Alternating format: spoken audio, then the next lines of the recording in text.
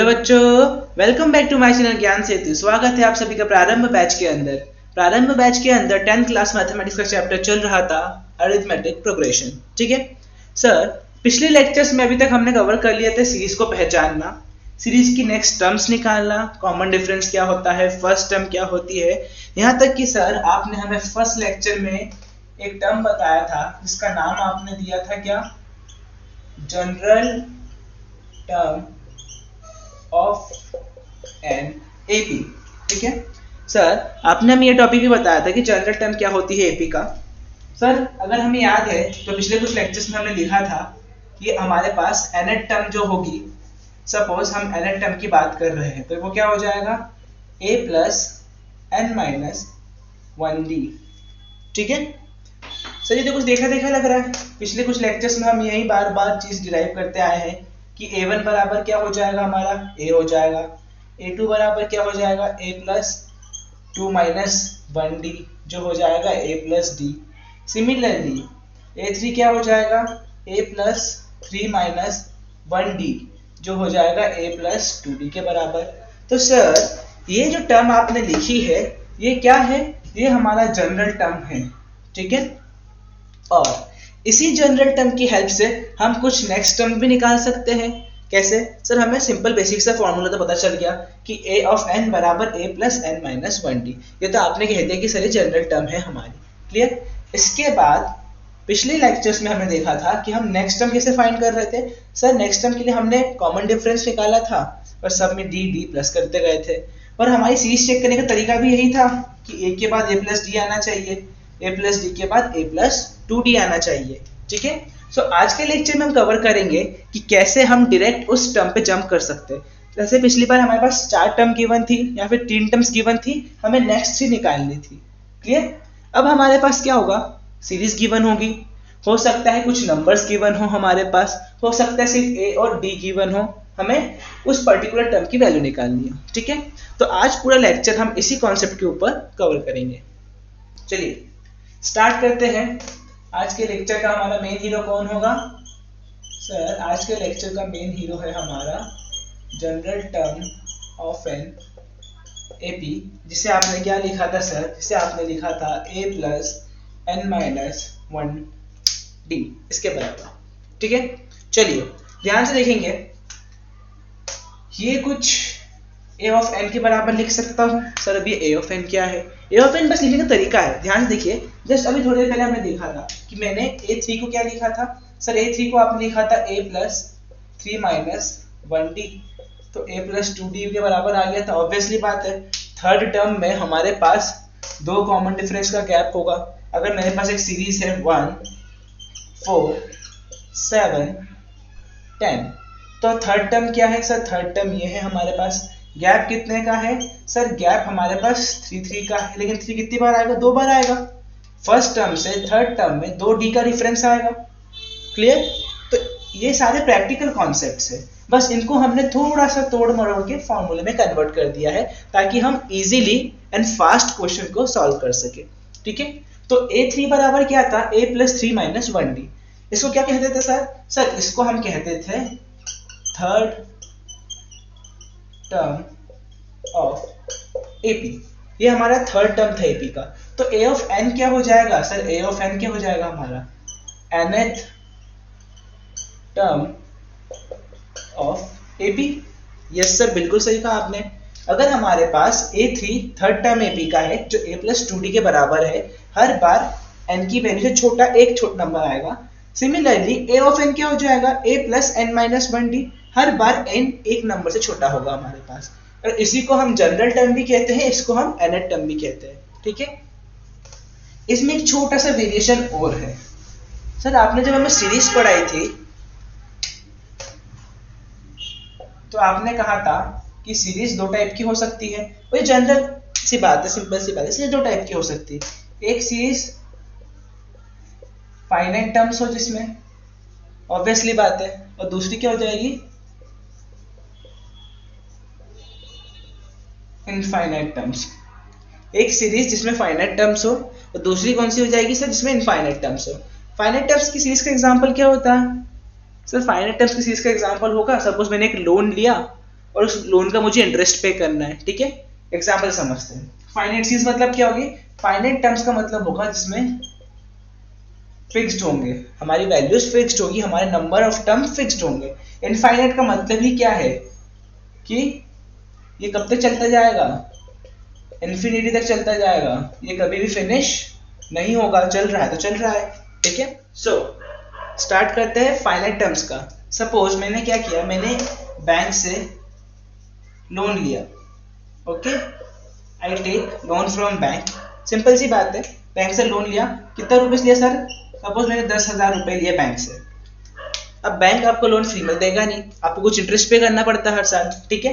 उन्हें simple interest, compound interest पर उनको भी आइडिया होगी, हम जब बैंक से कुछ भी अमाउंट लेते हैं लोन पे तो हर साल कुछ इंटरेस्ट पे करते हैं, तो मुझे हर साल इस पे 1000 रुपीज इंटरेस्ट पे करना पड़ रहा है, ठीक है। अब लोन तो ऐसा होता नहीं सर एक बार मैंने लोन ले लिया तो मेरा पूरा जीवन भर लोन बीतने में, लोन पे करने में चला जाएगा, ठीक है, पूरा जीवन भर उसमें बीतेगा, मैंने लोन पे करने में चुका दिया जीवन अपना। ऐसी स्टोरी तो होती नहीं है। हमें लोन मिलता है किसके लिए? कुछ फिक्स्ड ड्यूरेशन के लिए। सपोज ये लोन मुझे मिला है 2 सालों के लिए, 2 इयर्स के लिए, क्लियर।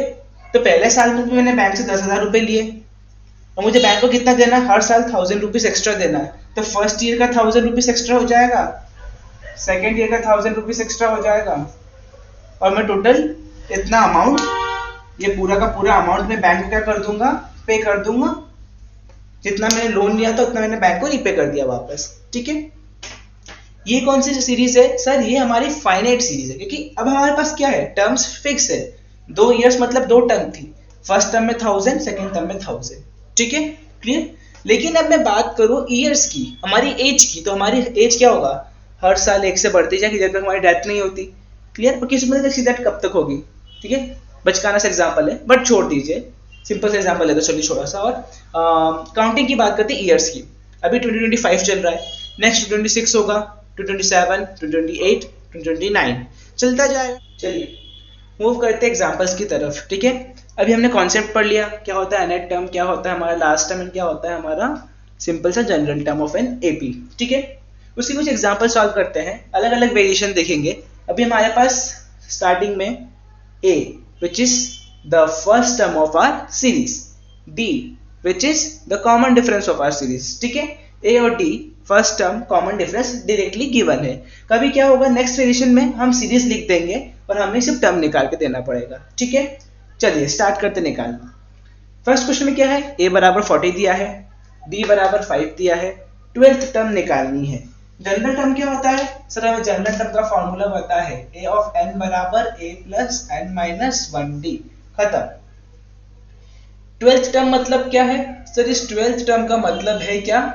a ऑफ 12, तो a12 निकालना है हमें। कैसे निकालेंगे sir? a plus 12 minus 1d, तो a प्लस 12 माइनस 1d कितना हो जाएगा सर? ये तो हो जाएगा a प्लस 11d। अब हमारे पास a की वैल्यू है, हमारे पास d की वैल्यू है, तो इससे हमारा आंसर कितना आ जाएगा? a की वैल्यू रख दीजिए 40, 11, d की वैल्यू रख दीजिए 5, तो 40 प्लस 55 आंसर कितना हो जाएगा? a12 हो जाएगा हमारा 95। ये तो अभी हमने फॉर्मूला डायरेक्टली रखा, पुट करके देखा। नेक्स्ट टाइम जो आप क्वेश्चन को सॉल्व करेंगे तो आपके दिमाग में क्लिक होगा कि अगर a12 है तो हमारे पास इसका इक्विवेलेंट क्या होगा? a plus 11d। a10 है तो a प्लस 9d, a15 है तो a प्लस 14d। सिमिलरली अब नीचे वाले में क्या निकालना है हमें? 100th टर्म निकालनी है, तो हम क्या करते हैं, इसको a ऑफ 100 बनाते हैं। और a ऑफ 100 मतलब क्या? a प्लस 100 से कम 99d। अब क्लिक हो गया दिमाग में हमारे। हमारा फॉर्मूला क्या था? a plus n minus 1d। Her bar n से सिर्फ एक माइनस करके हम d से मल्टीप्लाई कर देंगे, तो इसलिए जब हमने a12 रखा तो क्या आया था? a plus 11d। सिमिलरली वैसे ही जब हमने a100 रखा तो क्या आ गया? a प्लस 99d, ठीक है। चलिए हमारे पास a की वैल्यू गिवन है, हमारे पास d की वैल्यू गिवन है, निकालना हमें 100 टर्म है, तो a ऑफ 100 बराबर व्हाट? a plus 99d। इसका मतलब क्या हो जाएगा? 12 प्लस 99 मल्टीप्लाई 3, कितना हो जाएगा हमारा answer? 12 plus 297 and it is equals to what? 309, ठीक है। तो ये आ गया हमारा एक्चुअल 100th टर्म जिसका A12 होगा, जिस सीरीज का A12 होगा, और इसका कॉमन डिफरेंस 3 होगा। ठीक है, तो इसी टाइप के कुछ बेसिक क्वेश्चन होंगे जिनको हम सॉल्व करते चलेंगे। अभी इस वेरिएशन के अंदर हमने देखा कि हमारे पास first term common difference given है। नेक्स्ट वेरिएशन के अंदर हम देखेंगे हमारे पास पूरी सीरीज गिवन होगी। उससे पहले हमें क्या करना पड़ेगा, उससे पहले हमें ए और डी को फाइंड आउट करना पड़ेगा, और ये ए और डी फाइंड आउट करना बहुत ईजी है। पिछले लेक्चर में हमने मल्टीपल क्वेश्चन सॉल्व किए, और हम ऑब्जर्वेशन से भी बता सकते हैं कि ए और डी क्या होंगे इसके अंदर। ठीक है, उसके बाद देखेंगे इसका एक्चुअली किस केसेस में होता है, कुछ एग्जाम्पल उसके भी सॉल्व करेंगे। चलिए स्टार्ट करते हैं next question, next variation, next example.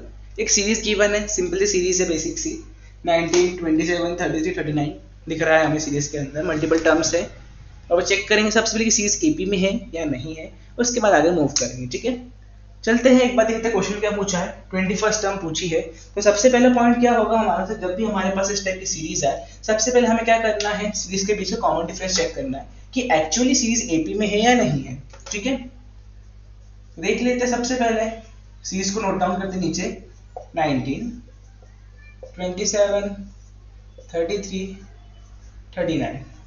ठीक है, ध्यान से देखेंगे तो सर इन दोनों के बीच का डिफरेंस कितना है, 8। इन दोनों के बीच का डिफरेंस कितना है, 6। इन दोनों के बीच का डिफरेंस कितना है सर, 6। सर सीरीज तो हमारी एपी में ही नहीं है। ठीक है, तो ये सीरीज हमारी एपी में नहीं है, इसका मतलब क्या होगा, कोई भी टर्म पूछ लो हम निकाल के आपको नहीं दे सकते। ठीक है, बट अगर मैं इस क्वेश्चन को थोड़ा सा चेंज कर दूं एक एग्जांपल के फॉर्म पे, ये सिर्फ एक माइंड चेक के लिए था कि हमें सबसे पहले क्या करना है, सीरीज चेक करना है सॉल्व करने से पहले।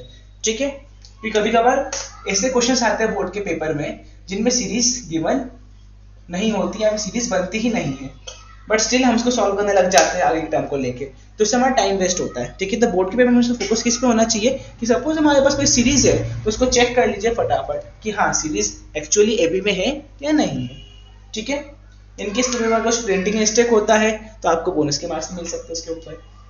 चलिए स्टार्ट करते हैं, अब देखते हैं। अब हमारे पास टर्म को चेंज कर दिया मैंने, 21, 27, 33, 39। सर इसके बीच में 6 का डिफरेंस है, इसके बीच में भी 6 का डिफरेंस है, इसके बीच में भी 6 का डिफरेंस है, ये तो हमें ऑब्जर्वेशन से पता चल गया। तो अब चलते पुराने लेक्चर की यादों पे, जहां हमने लिखा था कि सर फर्स्ट टर्म हमारे पास ये है, डी हमारे पास ये है, और वापस लौट आते हैं इस लेक्चर पे। ठीक है, जिन्होंने नहीं देखा पुराना लेक्चर, प्ले लिस्ट में जाके आप ढूंढ सकते हैं, लेक्चर नंबर 3 होगा, डिस्क्रिप्शन बॉक्स में लिंक डालिए प्ले लिस्ट की। ठीक है, चलिए स्टार्ट करते हैं सीरीज पे वर्क करना। इस सीरीज के अंदर क्या होगा, हमारे पास ए की वैल्यू 21 है, डी की वैल्यू 6 है। ठीक है, चलिए सॉल्व करते हैं इस क्वेश्चन को आगे। तो हमें निकालना है 21st टर्म। 21st टर्म क्या होगा, ए ऑफ 21। तो ए ऑफ 21 क्या हो जाएगा हमारे पास, ए प्लस 20d। यस सर बिल्कुल, ए ऑफ 21 क्या हो जाएगा, ए प्लस 20d हो जाएगा। तो ए की वैल्यू क्या है सर, ए की वैल्यू मेरे पास है 21 प्लस 20d, नंबर 20 है, d की वैल्यू कितनी है 6, तो 21 प्लस 120 इट इज 141। तो हमारी 21st टर्म क्या होगी सीरीज की, 141। तो ये हो गया हमारा एक सेकंड वेरिएशन। इसके बाद हम चलेंगे थर्ड वेरिएशन पे भी। थर्ड वेरिएशन कुछ और इंटरेस्टिंग होगा कि सपोज हमारे पास अभी तक फर्स्ट टर्म था, कॉमन डिफरेंस था, या तो सीरीज थी। अभी क्या होगा नेक्स्ट वेरिएशन के अंदर, हमें इस सीरीज के अंदर से कुछ टर्म्स पकड़ा दी जाएंगी, और कहा जाएगा मैक्सिमम कितनी भी टर्म्स हो सकती है, मिनिमम 2 टर्म्स पकड़ाई जाएंगी, और कहा जाएगा 2 टर्म्स दी होगी, कहा जाएगा कि आप इससे कुछ और टर्म निकाल के बताओ, या फिर आप इनका कॉमन डिफरेंस निकाल के बताओ, या फिर आप इनसे फर्स्ट टर्म फाइंड आउट करके बताओ। ठीक है, तो कम से कम हमें 2 टर्म गिवन होगी किसी भी एपी की, उसकी हेल्प से हम पूरी की पूरी एपी की सीरीज बना सकते हैं। ठीक है, चलिए देखते हैं नेक्स्ट वेरिएशन को कैसे सॉल्व करेंगे। तो स्टार्ट करते हैं नेक्स्ट वेरिएशन के साथ। ठीक है, नेक्स्ट वेरिएशन से स्टार्ट करेंगे। तो नेक्स्ट वेरिएशन में सपोज हमारे पास गिवन होगा, अभी तक हमने देखा था कि सर हमारे पास सीरीज थी, हमारे पास ए था, मतलब फर्स्ट टर्म था, और कॉमन डिफरेंस गिवन था।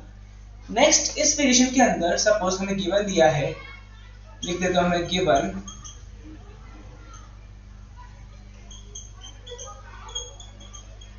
third term of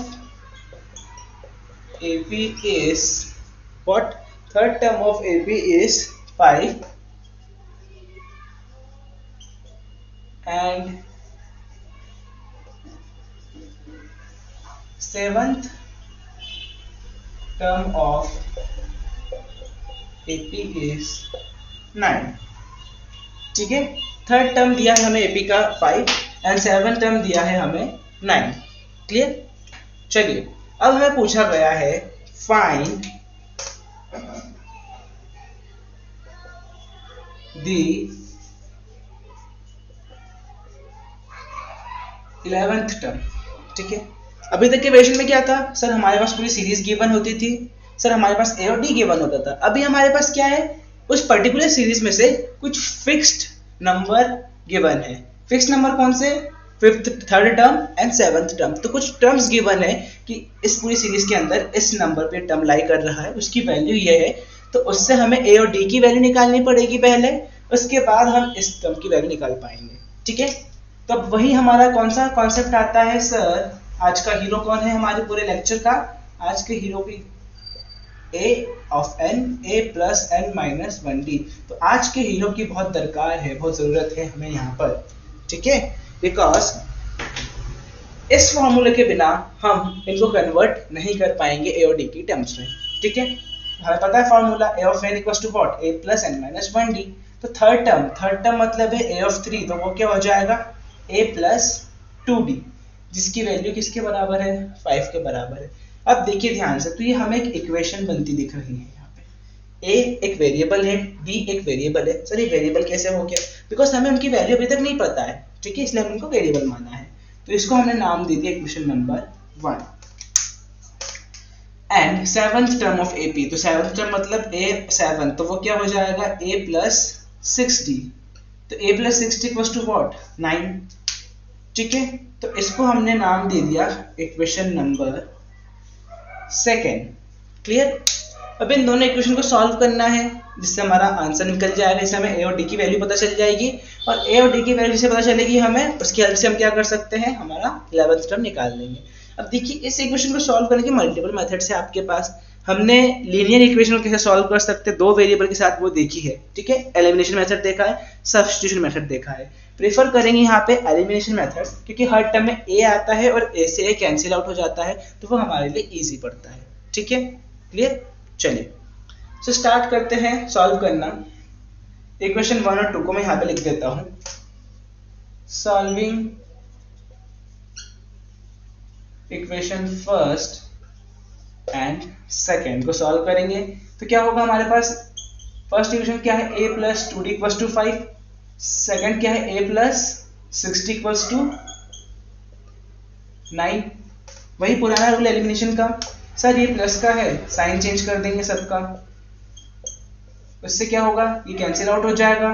6d minus 2d तो बचेगा माइनस का 4d, माइनस 9 माइनस 5 तो ये बचेगा माइनस का 4, 4 से 4 कैंसिल आउट, तो d की वैल्यू क्या बचेगी यहाँ पर, सर d की वैल्यू 1 होगी। और d की वैल्यू 1 है, इसका मतलब इस एक वेरिएबल की वैल्यू इसमें पुट करके दूसरे के भी निकाल सकते हैं। तो d की वैल्यू 1 पुट करेंगे आप फर्स्ट वाले में, तो 2, 5 minus 2 3, तो a की वैल्यू कितनी हो जाएगी, सर a की वैल्यू 3 हो जाएगी। अब आपके पास d है कॉमन डिफरेंस, आपके पास a है फर्स्ट टर्म, इसकी हेल्प से आप a of 11 निकाल सकते हो। a of 11 क्या हो जाएगा, a plus 10d, तो 3 plus 10 multiply 1 which is equals to what, 13। तो हमारी इस सीरीज का 11th टर्म निकल गया। ठीक है, तो ये था हमारे पास तीसरा वेरिएशन। क्लियर? हमने 3 वेरिएशन देखे, और उन 3 वेरिएशन की हेल्प से हम क्या, हमारे जनरल टर्म को कैसे यूज में ला रहे थे। ठीक है, फर्स्ट वेरिएशन में क्या था, a था, d था। सेकंड में क्या था सर, पूरी की पूरी सीरीज गिवन थी। थर्ड में क्या था, हमारे पास पर्टिकुलर टर्म्स गिवन थे सीरीज में से। या तो हमारे पास 3rd टर्म गिवन है, यहाँ पे 7th टर्म गिवन है, तो ये टर्म्स गिवन थे जिसकी हेल्प से हम क्या कर रहे थे, a और d फाइंड आउट कर सकते हैं। और उस सीरीज के अंदर अगर हमें a और d मिल गया तो हम सीरीज का कोई सा भी टर्म निकाल सकते हैं। ठीक है, क्लियर? सो आज के लेक्चर में बस इतना ही। आज हमने जनरल टर्म के थोड़े एग्जांपल्स देखे, मल्टीपल वेरिएशंस देखे। अगले लेक्चर में थोड़े एग्जांपल्स और सॉल्व करेंगे और स्टार्ट करेंगे एक्सरसाइज 5.2। ठीक है, तब तक के लिए गुड बाय, जय हिंद, जय Bharat, and don't forget to like and subscribe my channel Gyan Setu.